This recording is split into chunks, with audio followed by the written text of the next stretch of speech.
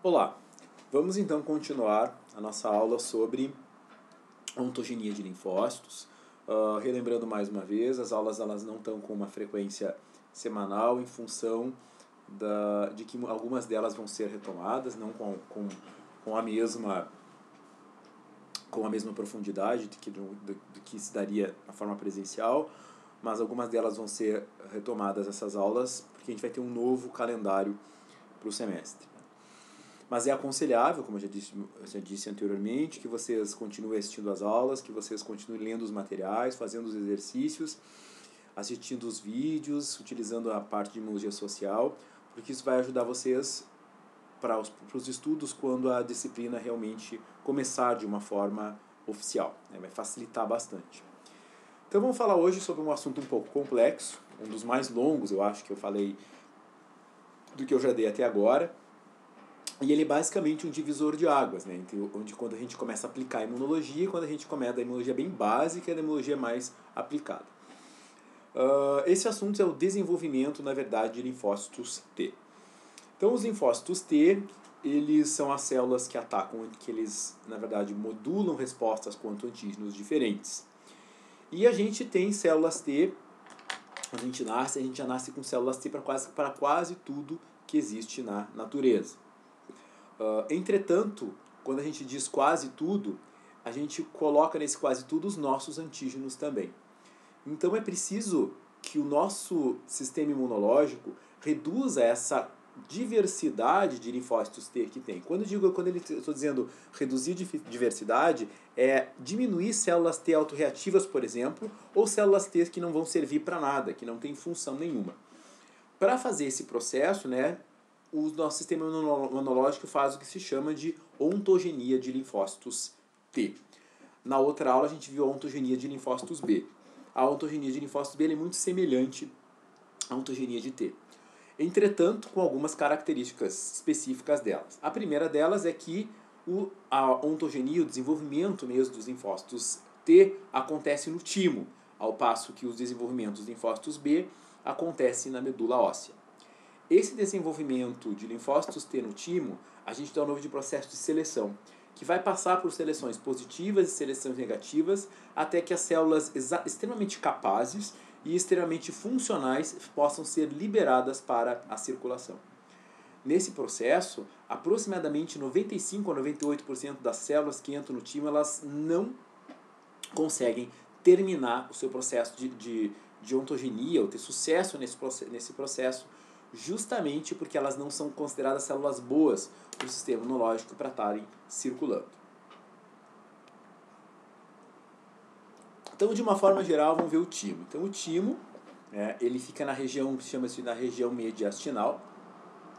Aqui nessa figura a gente tem o timo de um adulto e o timo de uma criança. O que chama a atenção inicialmente é que o timo do adulto é um timo bem menor do que o timo de uma criança. E isso é realmente verdade. Quando a gente nasce, a gente tem um timo bem desenvolvido. Por que ele é bem desenvolvido? Porque ele precisa produzir aquele arsenal de linfócitos que são necessários para combater as infecções. A gente não tem, quando a criança nasce, ela tem um número muito baixinho de linfócitos. Ela precisa gerar o seu repertório de linfócitos. E para isso precisa de um timo grande. À medida que a pessoa vai crescendo, vai ficando mais velha, o timo vai evoluindo. Quando uma pessoa chega na fase dos mais ou menos 20 anos, o timo dela é quase imperceptível, quase invisível, esse timo. Então ele fica aqui nessa região mediastinal. Tá? Aqui na figura mais ao lado a gente tem o timo, né, dividido em seus lobos. Tem dois lobos, o lobo direito e o lobo esquerdo. Aqui uma figura um pouco mais maior do timo. Então aqui os dois lobos do timo, o lobo direito e o lobo esquerdo. O timo ele recebe irrigação tem uma veia, artéria e ducto linfóide. E num corte timo, que a gente vê mais aqui na esquerda, pelo corte timo a gente vê as partes internas do timo. Essas partes internas elas são importantes por quê? Porque cada uma dessas partes do timo vai determinar o nível de evolução do linfócito. Por exemplo, a gente tem a região do córtex aqui, e a gente tem a região da medula do timo. Nessa região entre córtex e medula, vão acontecer processos específicos para cada linfócito. Se é como se fosse uma hierarquia, o linfócito entra, passa e recebe todas as estimulações do córtex e sofre alguns processos. Se ele passa nesse processo, ele vai estar habilitado a chegar na medula para seguir outros processos. Se ele consegue sobreviver a esses processos, ele vai sair do timo para a circulação. Então essa é a estrutura tímica de uma forma bem rudimentar. Aqui nessa imagem a gente tem as partes do timo de uma forma mais detalhada. Então aqui a partir da figura na direita, a gente tem o timo na região mediastinal, bem próximo ao coração. Acima a gente tem um corte do timo, dá para ver a medula, o córtex, as trabéculas tímicas e as fibras tímicas. Se for feito um aumento nessa região onde tem os trabéculos ali, timo, aquela parte, na verdade, tecidual do timo, a gente for lá embaixo, a gente consegue ver mais uma vez a região do córtex tímico, a cápsula tímica inicialmente por fora, logo abaixo o córtex tímico e depois a medula tímica, aquelas regiões que eu falei para vocês que elas eram hierárquicas. Lá dentro do timo, a gente já começa a enxergar essas células que são chamadas de timócitos. O que são os timócitos? Timócitos são nada mais do que os linfócitos T que saíram da medula óssea, chegaram no timo, mas ainda não amadureceram. Do lado desses timócitos, a gente vê umas células maiores, que são chamadas de células epiteliais tímicas. Células maiores, células epiteliais tímicas. Lá no timo a gente também tem as células dendríticas tímicas, temos macrófagos, e claro, tem as veias e os vasos. E tem assim as células epiteliais medulares tímicas. Essas células epiteliais tímicas, elas, principalmente as medulares, elas têm uma característica diferente das células epiteliais das outras partes do corpo. Porque elas são células capazes de apresentar antígenos para esses linfócitos, como a gente vai ver no decorrer dessa apresentação. Então isso aqui é a estrutura tímica e a sua divisão em termos de camadas, digamos assim. E essas camadas recebem, na verdade, tem uma hierarquia do ponto de vista de desenvolvimento de linfócitos. Então, quais são os marcadores dos linfócitos T? Então, o linfócito T ele é produzido lá na medula, junto com o linfócito B. O linfócito B amadurece na medula, recebe o seu receptor específico chamado de BCR, que se associa que é constituído por um GN e um GD, vai sair de uma forma imatura, vai chegar lá no baço e vai amadurecer. O linfócito T, pelo contrário, ele é produzido na medula óssea e ele migra para o timo. As quimiocinas produzidas pelo timo fazem com que esse linfócito migrem para lá. Quando ele chega lá no timo, esse linfócito ele entra numa primeira fase, a qual é um linfócito que ele não tem nada, ele é um linfócito vazio de receptores. Os principais receptores que a gente tem no linfócito para caracterizar os linfócitos T são o CD3, o CD4 e o CD8. Logo quando ele entra no timo, esse linfócito ele não tem CD4 e ele não tem CD8. Logo, ele é considerado uma célula duplo negativa. Então, a gente tem aqui CD4 negativo, CD8 negativo, ele é duplo negativo. E dentro dos seus estágios de desenvolvimento, ele passa por duplo negativo 1, duplo negativo 2, duplo negativo 3 e duplo negativo 4. Chega um momento em que ele ganha os dois receptores. Ele vai ganhar o CD8 e vai ganhar o CD4. Nesse momento, ele entra numa segunda fase, em que a gente chama ela de fases duplo positivas, em que ele é CD4 positivo e CD4 negativo. Daí ele faz mais alguns eventos, passa por mais alguns eventos, ele vai perder um dos dois. Dependendo como ele responder, ele perde um dos dois. E ele se torna uma célula simples positiva, ou CD4 ou CD8. Aqui nessa tabela a gente vê, na verdade, um resumo, assim como a gente viu para o linfócito B, a gente vê um resumo da maturação dos linfócitos T no timo. Então a gente tem inicialmente aqui a célula tronco. A partir de uma célula tronco, essa célula vai se transformar em pró-T, pré-T, duplo positiva, simples positiva e célula madura. O que determina, na verdade, essa evolução e essa classificação dessas células com esses nomes, digamos assim? Se a gente olhar para essa célula aqui em cima, que estão desenhadas, a gente vê que elas têm receptores. O receptor aqui começa pela metade, e aqui ele tem um receptor completo, e aqui ela ficando cada vez, parece que vai ficando mais vermelha, aqui para o final. O que está acontecendo? Ela está modificando os seus receptores de superfície. Inicialmente, ela começa, esse receptor, no caso do linfócito T, é o TCR. Então, inicialmente, ela expressa uma cadeia do TCR, que é chamada cadeia beta, testa essa cadeia e depois ela produz uma outra cadeia do TCR, que é a cadeia alfa, testa todo o receptor e ele é liberado ou não. Uma questão importante nessa expressão desses receptores, tanto para linfócitos B quanto para linfócitos T, é que a expressão desses receptores na superfície, que caracteriza os estágios delas, como Pro-T, Pré-B ou uma das células dupla ou simples positiva, são chamados de pontos de checagem. O que acontece? Cada vez que um desses receptores ou parte dele ele é constituído e vai para a membrana, a sua própria constituição, o próprio fato de ter aquele receptor já induz sinais intracelulares que determinam a morte ou vida daquela célula. Então, se uma célula não faz um rearranjo de receptor, não produz um receptor que seja utilizável, esse receptor nem chega na membrana. E essa célula acaba morrendo porque ela não recebe a sinalização. Então seria como se fosse um ponto de checagem para ela evoluir. Então se ela tá chega no som de Pro-B, se ele não faz o que ele tem que fazer no Pro-B, ele não evolui para Pro-T, ele não evolui para Pré-T.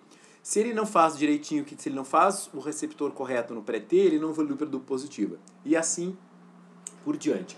Então são pontos de checagem, pontos de controle do desenvolvimento dos linfócitos. E aqui embaixo a gente tem o que acontece, o que caracteriza cada um desses receptores de linfócito, o que está acontecendo em termos de marcadores moleculares. Então lá no início da célula Pro-T a gente vê uma intensa proliferação celular, porque precisa de bastante linfócito T.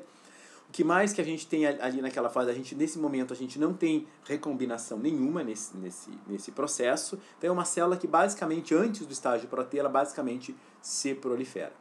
Quando ela entra em Pro-T, o que ela começa a fazer? Ela começa a expressar uma proteína que é chamada de desoxitimidiltransferase terminal, ou a DTT. Que é uma proteína que eu vou falar mais tarde, inclusive eu já falei ela no B, mas ela adiciona nucleotídeos, ela é importante no processo de recombinação para a formação tanto do receptor TCR quanto do receptor BCR. Então, nesse momento aqui, o receptor está se formando, ou seja, está começando a acontecer a recombinação. Combinação de célula para colocar um receptor para fora. Então, por isso que essa proteína ela é expressa. Quando esse receptor, esse processo de recombinação está pronto, quando já foram adicionadas as sequências necessárias, essa célula passa para o estágio de pré-T.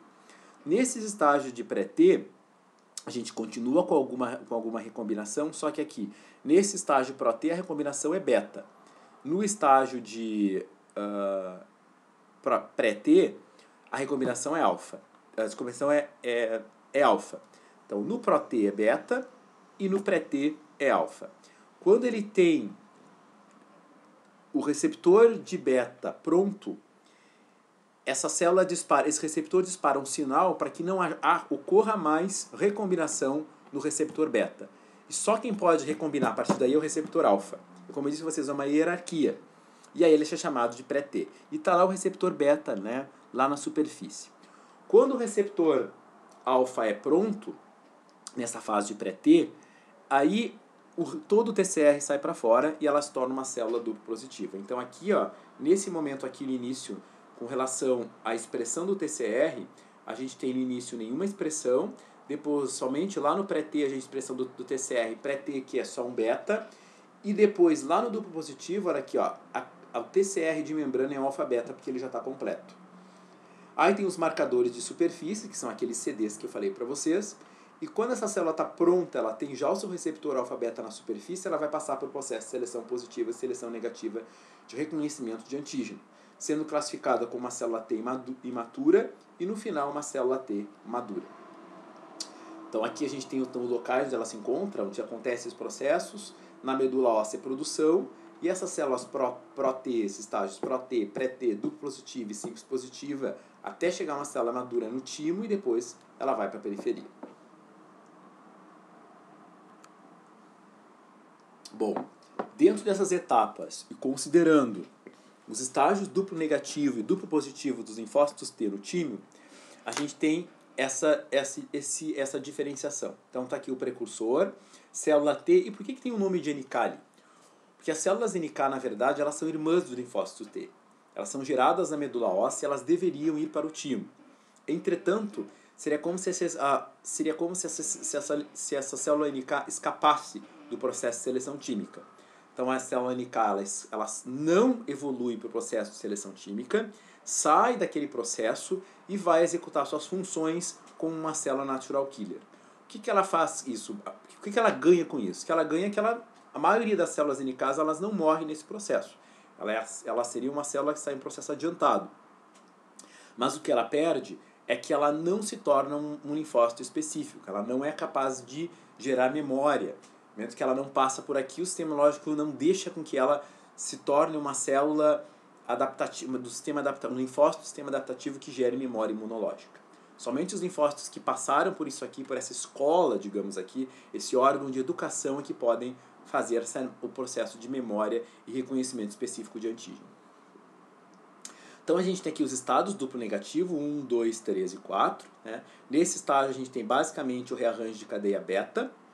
Depois, quando ele passa por um estágio duplo positivo, a gente tem rearranjo de cadeia alfa, até com que o TCR alfa-beta fique pronto e essa célula passe para um estado simples positivo, CD4 ou CD8, onde ele vai ser testado a sua reatividade para o antígeno. Então, nesse desenvolvimento de linfócitos T, inicialmente a gente tem a montagem, a recombinação gênica e montagem de receptor beta, logo em seguida a recombinação gênica e montagem e associação do receptor beta ao receptor alfa, e lá no final o teste desse receptor alfa e beta, frente a diferentes antígenos. E como eu disse para vocês, eles são pontos de checagem, ó, o pré-TCR checkpoint e o TCR alfa-beta checkpoint. São pontos assim, ó, se a célula reprovar naquele ponto, nessa escola que é o timo, ela não evolui. No caso, ela não tem chance de repetir, ela morre naquele momento em que ela não executou a sua função corretamente. Então aqui os tipos de TCR, né, os dois principais tipos de TCR. O principal tipo para o qual 90% dos nossos linfócitos vão preferir, na verdade, 90% desses linfócitos vão ter esse tipo de TCR, que é chamado TCR alfa-beta. Quando eu estou chamando esse TCR alfa-beta, são duas cadeias aqui, ó. Na direita a gente tem a cadeia alfa e na esquerda a gente tem a cadeia beta, com sua estabilidade constante, a parte constante, e a parte variável de ligação ao antígeno. Do lado a gente tem o outro tipo de TCR, que é chamado TCR gama-delta. O TCR, os linfócitos T alfa-beta, são a maioria deles. Estão presentes no sangue, estão presentes nos linfonodos, no baço, em várias partes do nosso corpo. Sempre que se falar de um TCR, quase sempre a gente vai estar falando do alfa-beta. Por outro lado, a gente tem esse TCR, esses linfócitos que são chamados de gama-delta. Os linfócitos gama-delta são chamados de linfócitos mais tendenciosos. Por quê? Eles normalmente são dirigidos a antígenos bacterianos ou virais presentes em mucosas. Intestino, por exemplo, a gente vai ter ação desses linfócitos. E eles estão num número bem menor quando comparado aos linfócitos do tipo alfa-beta. Então esse nome, alfa-beta e gama-delta, está relacionado às cadeias que constituem o TCR. Então está aqui uma historinha, na verdade, um texto que eu falei, né? Alfa-beta, sua maior quantidade no organismo e responde à maioria dos antígenos que necessitam de processamento para sua ativação. Os gama-delta estão mais no epitélio de mucosas, têm um repertório tendencioso, ou seja, bactérias e vírus presentes em mucosas, e eles não necessitam de TCR. O que acontece? Não necessitam de processamento de MHC. O que acontece? Eles podem ligar no antígeno diretamente, esses TCRs gama-delta. Então tá. Como é que são gerados esses TCRs e como é que acontece aquela parte inicial de recombinação gênica? Essa recombinação gênica, ela é feita por 3 grupamentos de genes. Esses grupamentos de genes são os mesmos, têm a mesma nomenclatura do que os grupamentos de gênicos dos genes do linfócito B, mas não são os mesmos gênios. Na verdade, todas as nossas células, elas contêm o mesmo DNA, ou seja, elas contêm esses grupamentos gênicos. Entretanto, em razão de alterações epigenéticas, ou seja, estímulos epigenéticos, somente os linfócitos fazem recombinação nesses genes, sendo que os linfócitos B fazem recombinação nesses genes relacionados a imunoglobulinas e os linfócitos T fazem recombinação nesses genes relacionados ao TCR. E eles são ditos, na verdade, de o conjunto gênico VDJ, ou seja, o loci VDJ, que é composto pelo locus V, locus D e locus J. Como são chamados? O que quer dizer VDJ? É o V de variabilidade, o D de diversidade e o J de junção. Então, como é que acontece esse rearranjo de genes no TCR? Então, a gente tem aqui um exemplo, né, de um TCR, a extremidade, a cadeia beta, o locus da cadeia beta e o locus da cadeia, o TCR, cadeia alfa. Então, a gente tem aqui 5' na região 5, uma parte 5', a gente tem os genes variáveis, que são os genes, no caso humano, mais aproximadamente 50. Logo em seguida, a gente tem os locus diversidade, e aqui a gente tem os genes junção. Os C são relacionados aos genes constantes, a parte constante da cadeia do TCR. Vocês lembram que ele tem a parte variável de cima, que liga no antígeno, que vai ligar um determinado complexo MHC antígeno, e tem a parte constante. E o alfa também, a gente tem a variável, né? Entretanto, não temos a diversidade, apenas a parte junção e a parte constante. Então, esses genes aqui são os que, na verdade, se intercambiam, né? São os que sofrem recombinação para gerar os diferentes o repertório de linfócitos T que a gente tem. Essa recombinação desses genes é o que dá origem, é o que nos faz ter linfócitos T para quase tudo quanto é, ou praticamente tudo quanto é patógeno ou antígenos que existam na natureza. E como é que acontece essa recombinação VDJ? Então, a recombinação VDJ ela acontece no caso dos linfócitos B na medula, no caso dos linfócitos T no timo. Inicialmente, a gente tem o passo 1 aqui, que é a junção D com J. Os genes D se ligam com J inicialmente. Logo após, essa junção DJ vai se ligar com um gene variável. Depois que a gente tem esse DJV, é que eles vão se ligar com a porção constante. No caso daqueles que não têm os genes D, ou seja, a cadeia alfa e não tem o gene D, essa junção acontece direto, né? A variável mais a junção e depois junta com o gene constante. E como acontece esses cortes de genes, como é que acontece essa junção, esse processo de recombinação? Então, esse processo de recombinação já acontece lá na célula, tanto na célula pré-Pro-T, logo em seguida ela continua na célula pré-T. Então, esse processo de recombinação acontece a partir de sequências sinais que estão presentes nesses genes VDJ. São chamados sequências sinais de RSS. São heptâmeros e nonâmeros. São, na verdade, constituídos por 7 bases ou 9 bases. Essa sequência aqui que a gente tem no exemplo, né, a cadeia kappa, a cadeia lambda. Na verdade, esse exemplo tá para uma imunoglobulina, mas a gente pode usar ele também para um linfócito T. Então, a gente tem aqui a porção variável kappa, porção variável lambda e porção variável pesada. Então, essas regiões RSS, elas são reconhecidas por proteínas específicas chamadas de proteínas RAG, no qual elas formam um complexo chamado, que é composto pelo RAG1 e RAG2. O RAG1 é o que faz a clivagem e o RAG2 é o que garante a ligação, que garante a formação desse complexo, a estabilidade do complexo e ligação de outras proteínas. Então a gente tem aqui, ocorre essa clivagem, esse reconhecimento de RSS, logo a clivagem por RAG, e 2 situações podem acontecer. Uma delas é a deleção do pedaço que estava no meio, tá? Importante falar que essa sequências espaçadoras que a gente chama, que a gente tem entre essas RSS, elas podem ter 12 pares de base ou 23 pares de base.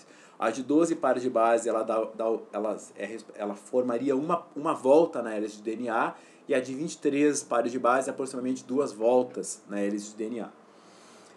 Então elas reconhecem essas sequências, e olha aqui, ó, nesse lado da direita, a gente tem a formação de um laço. Se forma um laço e essa parte é deletada. E a gente junta esses dois genes que estão a uma determinada distância. Por outro lado, o que pode acontecer também é uma inversão, né? Acontecer esse reconhecimento, essas sequências elas formam um laço, só que esse laço, ao invés de ser cortado, ele é invertido. E isso também é um tipo de recombinação gênica. Então esses dois modelos de deleção ou inversão que acontece lá nos genes VDJ, eles atuam e aumentam a diversidade de genes de TCR ou de genes de imunoglobulina. Como é que acontece esse mecanismo e a ação desse complexo enzimático RAG1 e RAG2, que é na verdade a recombinase envolvida no processo de geração de anticorpos ou geração de linfócitos T? Então, inicialmente, a gente tem o primeiro passo que a gente chama de sinapse. Ou seja, a sinapse é o encontro dessas duas partes a partir das sequências RSS. Então, a sequência RSS reconhece, logo em seguida vem o complexo RAG1 e RAG2 e promove o encontro dessas duas extremidades.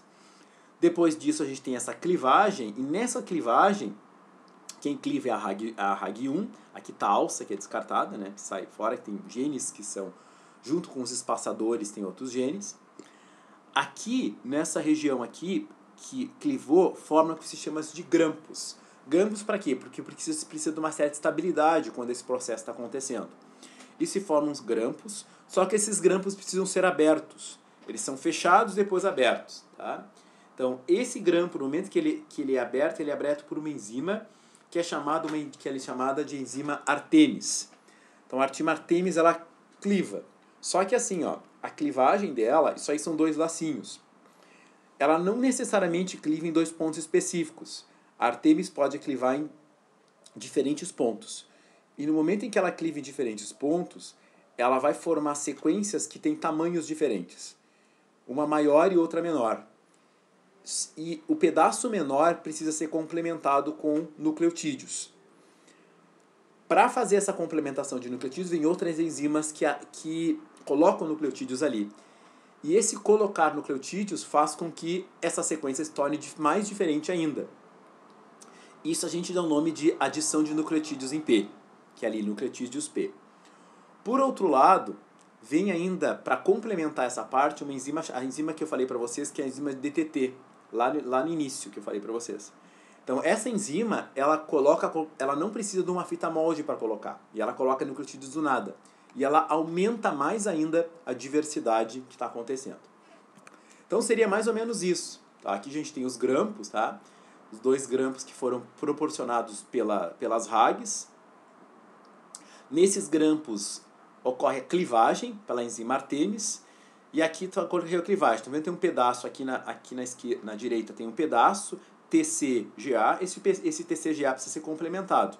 E aí vem as nucleotidades e colocam esses nucleotídeos chamados nucleotídeos P. Da mesma forma, do outro lado, né, aqui a gente tem o fragmento que ficou livre, CA-AT-GT, e ele complementa com outros nucleotídeos chamados nucleotídeos P. E no meio entre eles, eu tenho local de adição de nucleotídeos N, aqui que as DTTs funcionam, as TDTs funcionam. Então elas terminam isso aqui, elas têm que juntar, elas terminam e colocam nucleotídeos do nada. Então, essa sequência aqui, ó, é uma sequência totalmente diferente do que tinha no início. Então, bem nos pontos de junção entre as regiões variáveis ou entre as regiões variáveis diversidades e diversidade de junção, é onde a gente tem a maior variabilidade do TCR ou maior variabilidade de anticorpos, que vão caracterizar as sequências de variabilidade 3, DR3, que eu caracterizei em outras aulas.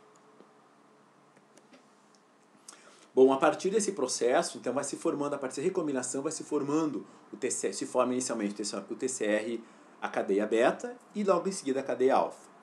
E esses processos acontecem, de recombinação acontece, aqui a gente tem, no lado, a cadeia alfa e do outro lado a cadeia beta. Então a gente vai ter uma cadeia alfa com uma sequência e uma cadeia beta com outra sequência. A junção dessas duas cadeias, como está aqui representado no desenho, vai dar origem ao TCR alfa-beta.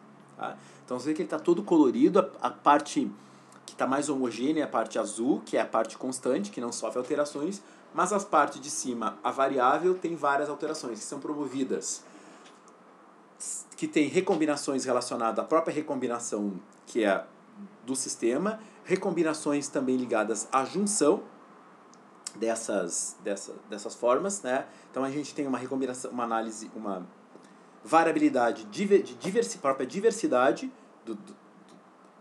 dos genes e variabilidade relacionada à junção desses genes para o TCR. Então a variabilidade é bastante grande em nível que acontece em nível de timo ou também em nível de medula óssea para os linfócitos B. Bom, uma vez estando pronto esse TCR alfa-beta, ele precisa, ou gama-delta, na verdade o alfa-beta, ele precisa ser testado. Tá? Esse teste é feito inicialmente pela seleção positiva, que é para ver se esses receptores são capazes de ligar em um TCR, em um MHC. Se eles são capazes de interagir com o MHC expresso por células epiteliais tímicas. E nesse processo, quando esse TCR consegue ligar em MHC, ele recebe um sinal que a gente chama de sinal protetor. E esse sinal protetor garante a vida a ele, ou seja, salva ele da apoptose. E isso a gente dá o nome de seleção positiva. Por outro lado, a seleção negativa é uma seleção em que esse TCR ele é apresentado a um MHC com um antígeno próprio. No momento em que ele foi apresentado com um antígeno próprio, se esse TCR reconhece esse complexo MHC peptídeo de uma forma forte, seja ele MHC de classe 1, MHC de classe 2, com uma certa força de ligação, esse TCR é considerado um TCR autorreativo. Por quê? Porque o antígeno que está sendo apresentado ali não é um antígeno patogênico, não é um antígeno do micro-organismo, é um antígeno interno. Porque as células epiteliais tímicas ou as células dendríticas expressam antígenos internos, não de patógenos. E se ele se liga muito forte no timo, isso quer dizer que quando ele sair para a periferia, ele vai se ligar forte também e vai induzir uma resposta autoimune. Então ele é deletado e esse processo é chamado de seleção negativa ou de autotolerância. Por que autotolerância? Porque é o momento em que a gente está tolerando, nosso sistema imunológico está ficando tolerizado aos nossos antígenos. Ou tolerância central também. Então aqui a gente tem nessa imagem eventos envolvidos na seleção positiva e seleção negativa. Então aqui na primeira parte a gente tem a proliferação, diferenciação, formação dos cistimócitos, passando por esses estágios. Então logo em seguida essas células que passaram pelos estágios e expressaram o seu TCR alfa-beta, eles vão ter testados frente às células epiteliais tímicas. Então tá ali as células amarelas, que são as células epiteliais tímicas, e as azuis, que são os timócitos. Essas células que passam por esse processo vão avançar, e logo em seguida abaixo eles vão encontrar células apresentadoras de antígenos, entre elas as células dendríticas, vai ter alguns macrófagos, mas principalmente células dendríticas, que são essas mais laranjinhas. Se essa célula reconhecer de forma forte esses antígenos, ela vai ser deletada e não vai passar pelo processo de autotolerância. As células dos linfócitos, os timócitos que conseguem passar por esse processo, eles vão, na verdade, perder ou CD4 ou CD8, dependendo do padrão de MHC que eles reconhecem, e vão ser liberados, a partir das vênulas, vão ser liberados para a circulação e chegar até os órgãos linfóides. Aqui também essa figura representa a seleção positiva e seleção negativa, com um pouco mais de detalhes. Então, como eu falei para vocês, lá na estrutura tímica, na parte de cima a gente tem o córtex, aqui embaixo a gente tem a medula tímica. Aqui no córtex a gente tem as células epiteliais tímicas, e essas células epiteliais tímicas reconhecendo, ligando-se a timócitos. Então, esses timócitos inicialmente vão ser duplo positivos e já estão mostrando o seu TCR alfa-beta. A partir desse TCR alfa-beta, a partir dessa ligação, ele vai passar a ser reconhecido. Se ele passar por essa seleção positiva, ele vai entrar em contato com células dendríticas expressando antígenos próprios. Nesse momento, se ele reconhecer de forma forte, ele vai ser deletado. Se ele reconhecer de uma forma fraca, ele vai ser liberado. Só que essas células aqui vão estar apresentando MHC de classe 1 e MHC de classe 2. E o peptídeo dele, que ele tiver o complexo, vai reconhecer um ou outro. Se ele reconhecer o MHC de classe 1, ele vai perder o CD4. Se ele reconhecer o MHC de classe 2, ele vai perder o CD8. E assim ele vai ser liberado. Aquelas células que ligam de uma forma intermediária são denominadas vão ser denominadas células reguladoras, que elas não reconhecem nem forte e nem fraco. Elas são reguladoras de processos inflamatórios e processos de autoimunidade. Como é que acontece a expressão de antígenos no timo? As células epiteliais tímicas, elas têm uma proteína chamada de proteína AIRI. Essa proteína, esse nome AIRI vem de regulador autoimmune regulator, porque regula respostas autoimunes. Então aqui nessa figura a gente tem uma célula epitelial tímica, né, aquela medular que eu falei para vocês lá no início, que a medular é até a mais importante nesse caso. Nessas células é expressa essa proteína AIRI. Fatores, na verdade, é um fator de transcrição à proteína AIRI. Essa proteína AIRI, ela faz que antígenos próprios, nossos, que seriam expressos somente na periferia, sejam expressos no timo. É por essa razão que a gente tem, por exemplo, proteínas, por exemplo, colágeno, né, proteínas de algum tipo de insulina, são expressos lá no timo, para que esses linfócitos que foram produzidos com seus TCR em alfa-beta reconheçam. Se eles fazem aquele reconhecimento que eu falei para vocês forte, ele é selecionado de forma negativamente. Quando um indivíduo que não tem a proteína AIRI, ele não expressa antígenos próprios, não tem esse processo de reconhecimento e ele aumenta muito a chance de ter uma doença autoimune porque ele libera muitos linfócitos autorreativos. Essa proteína AIRI, ela é produzida por células epiteliais tímicas da medula tímica e ela pode ter uma apresentação direta, os antígenos que são induzidos por AIRI podem ser diretamente apresentados, ou esse antígeno pode ser secretado lá no timo e uma célula dendrítica tímica pegar esse antígeno e apresentar. Então aí vem a pergunta, Adão, como é que a célula dendrítica está apresentando antígenos tímicos, antígenos próprios do timo? Porque ela pega dessa célula, porque é secretado por essa célula epitelial tímica. E aí o processo, né, de reconhecimento acontece da mesma forma. Então, essas células do timo, a célula chamada de MTEC, que é a célula que produz esses antígenos tímicos, secreta esses antígenos podem ser capturados por uma dendrítica, apresentado por um linfócito T. E esse linfócito T, nesse momento, vai depender da força de ligação que ele tiver para ele ser deletado, ser liberado ou ser liberado como uma célula T reguladora. Essa célula T reguladora é uma célula de ligação intermediária, que liga de uma forma não forte e não fraca. O que essa célula faz? Ela previne doenças autoimunes e previne processos inflamatórios quando essa célula está na periferia. O que ela faz é desligar células dendríticas e desligar eventos envolvidos na ativação da inflamação. Aqui a gente tem um exemplo da proteína AIRI na produção da insulina, a indução da produção da insulina. Então a AIRI aqui tem uma célula medular tímica, a proteína AIRI induz com que essa célula produza a insulina, e a insulina é apresentada por linfócito T. Se esse linfócito T for autorreativo para a insulina, ele vai ser deletado lá no timo. Aqui a gente vê os exemplos do que acontece nessas ligações que eu falei para vocês, relações de forte e fraca do linfócito no timo. Então aqui no primeiro, a gente tem uma ligação forte. O que é uma ligação forte? Aqui ela vem desse complexo, e desse lado a gente tem um CD4 aqui, com seu TCR, e do lado a gente tem uma célula dendrítica mostrando MHC de classe 2. Se a gente tiver um aumento, a gente tem na parte de cima a molécula do MHC de classe 2 com o peptídeo, aqui esse peptídeo aqui embaixo, são esses P, né? Você tem P1, P2, P3, P4, P5, são as porções de aminoácido desse peptídeo.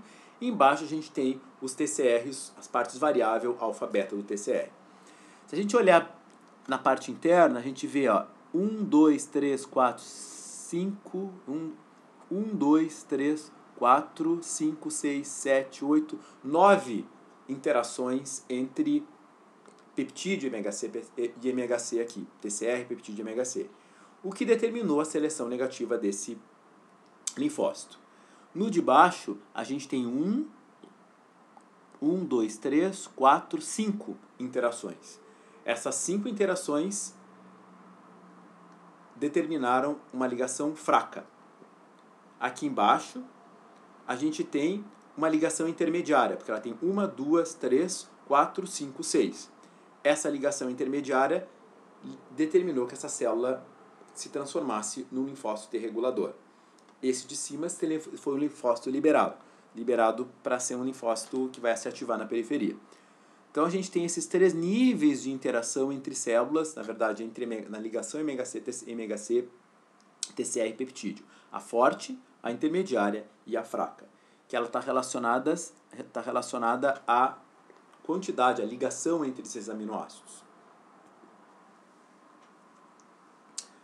Então, dentro dessa processo de ligação, essa ligação intermediária, que vai dar origem aos linfócitos T reguladores, tem um envolvimento também na proteína IRI, obviamente.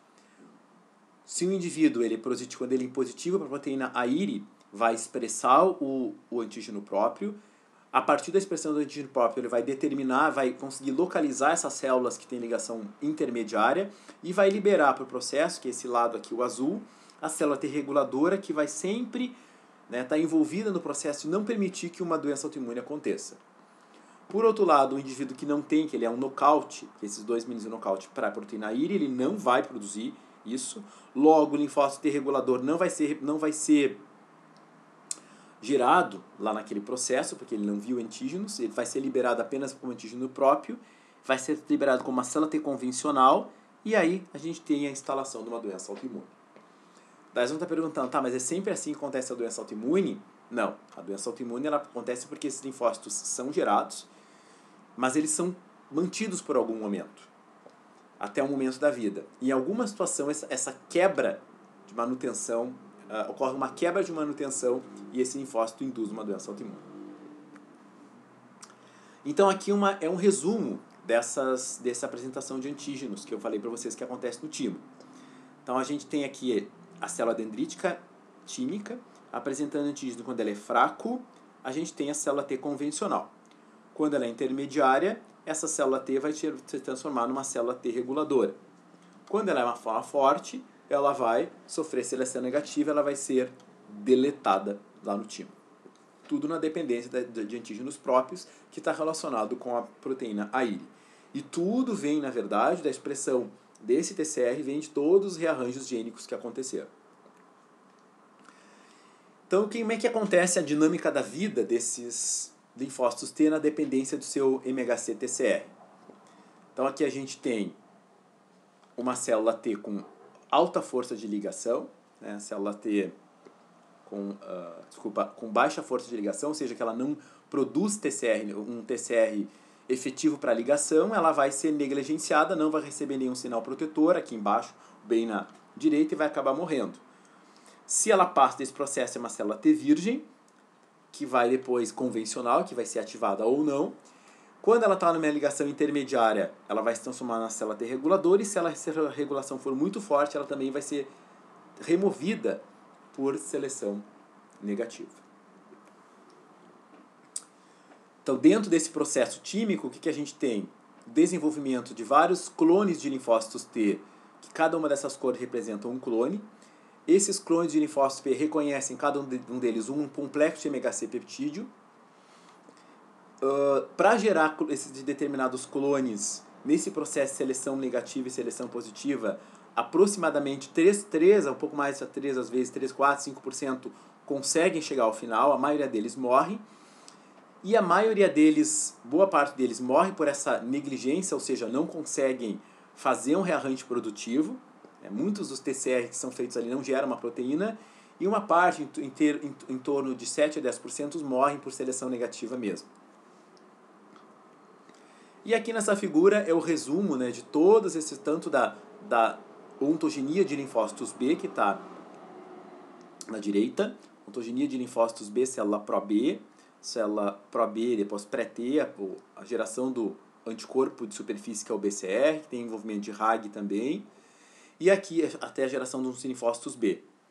E aqui a gente tem a célula tímica, a célula do linfócito T, que vai para o timo, o timócito, que vai ter a formação do pré-TCR, do pró, depois do pré, produção de proteínas RAG, todas aquelas outras proteínas, rearranjo das variáveis com a diversidade de junção, formação da TCR alfa-beta e teste de seleção positiva e seleção negativa até chegar a uma célula simples positiva.